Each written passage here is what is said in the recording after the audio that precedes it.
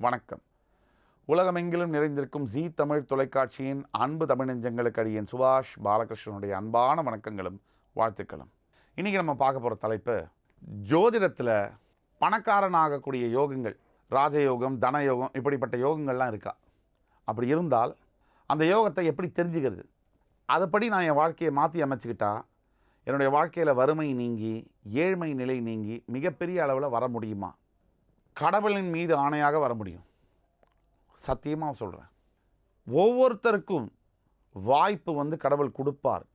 ஒரு தடவை இல்லை, 3 தடவை வாய்ப்பு கொடுப்பார் குறைஞ்சபட்சம். அந்த வாய்ப்பை கண்டு கொள்ளாதவர்கள், கண்ணால் தெரிஞ்சிக்காதவங்க, காதால் கேட்டு புரிஞ்சிக்காதவங்க ஏதோ ஒரு வகையில் தப்பு செய்வாங்க. ஒன்று, அவங்க பேசக்கூடிய வார்த்தையினால் அந்த வாய்ப்பை நழுவு விடுவாங்க. இல்லை அஜாக்கிரதையினால் விட்டுருவாங்க. ஒரு நல்ல வேலை கிடைக்கும், நல்ல ஒரு திருமண மனைவி கிடைப்பாங்க, நல்ல கணவர் கிடைப்பார். ஒன்று அகந்தையினாலோ அஜாக்கிரதையினாலோ அந்த வாழ்க்கையை நழுவ விட்டுருப்பீங்க. அந்த நழுவ விடாமல் இருக்கக்கூடியவர்கள் டக்குன்னு பிடிச்சி மேலே வந்துடுறாங்க. இவ்வளவுதான் வித்தியாசம். ஜோதிட ரீதியாக இதை புரிஞ்சிக்க முடியுமா? என்னுடைய வாழ்க்கையில் நான் பிறந்த தினமும் சாதாரண குடிசையில். ஒரு உதாரணத்துக்கு சொல்லணும்னா, எனக்கு தெரிந்த பல மனிதர்களில் ஒரு குடிசையில் பிறந்த ஒருத்தர் 10,000 கோடிக்கு அதிபதியாக மாறுகின்றதெல்லாம் நான் பார்த்துருக்கேன். அப்போ முடியும். சில யோகங்கள் இருக்கிறது ஜோதிடத்தில், அதை கண்டுகொள்ள முடியும், முன்கூட்டியே சொல்ல முடியும். அதனால் ஒரு சில உதாரணங்களை நம்ம சொல்கிறோம் அப்படின்னா, இந்த செல்வம் சம்பந்தப்பட்ட, பொருளாதாரம் சம்பந்தப்பட்ட யோகங்களை சொல்லணும் அப்படின்னா, நமக்கு சுக்கிர பகவான் வலுமையாக இருக்கணும், குரு வலுத்து இருக்கணும், அந்த திசை என்பது வரணும்.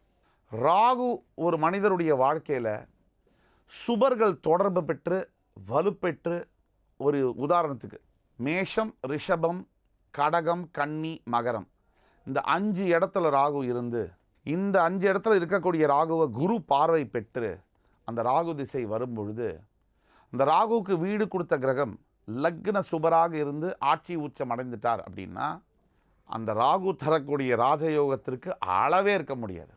ஒரு உதாரணத்துக்கு, அன்னாடம் காட்சியாக கூலி தொழிலாளியாக எனக்கே தெரிந்த ஒருத்தர், தினமும் 100 ரூபாய் சம்பாதிக்கக்கூடிய ஒருத்தர், சாதாரண தொழிலை தொடங்கினார் அந்த ராகு திசையில்.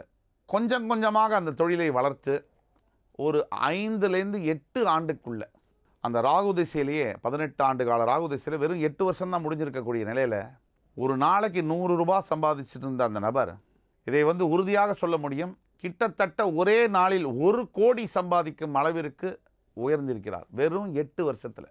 இந்த ராஜயோகத்தை ராகு பகவான் தந்தார். இதில் மேஷ, ரிஷப, கடக, கன்னி, மகர ராகு சுபர்களுடைய பார்வை, குரு அல்லது சுக்கிரனுடைய பார்வை பெற்று அவர்கள் லக்ன சுபராக இருந்து வரக்கூடிய ராகு திசை, அந்த ராகுவிற்கு இடம் கொடுத்த கிரகம் ஆட்சி உச்சம் அடைந்து விட்டாலோ அந்த ராகு அவர் கொடுக்கக்கூடிய ராஜயோகத்திற்கு அளவே கிடையாது.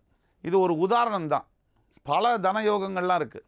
ஒரு எடுத்துக்காட்டுக்கு, லக்னத்திலிருந்து 4, 7, 10, லக்னம் 1ஆம் இடம், 4, 7, 10 இந்த இடங்களில் சுக்கிர பகவான் ஆட்சி அல்லது உச்சம் பெற்று அவருக்கு நட்சத்திர பாதம் கொடுத்த கிரகமும் ஆட்சி உச்சம் பெற்று வரக்கூடிய திசை அதீத தனயோகத்தை தரக்கூடிய திசை.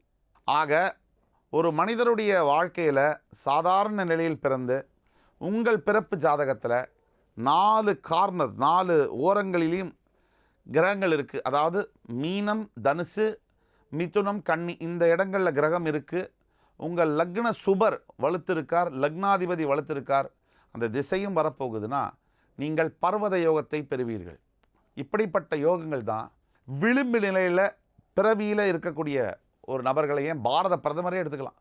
விளிம்பு நிலையிலிருந்து வந்து மிகப்பெரிய உயரங்கள், உலக தலைவராக பரிமளிக்கக்கூடிய விஷயங்கள்லாம் நடக்கும். இந்த ஆச்சரியங்களும் அதிசயங்களும் நடக்கும்.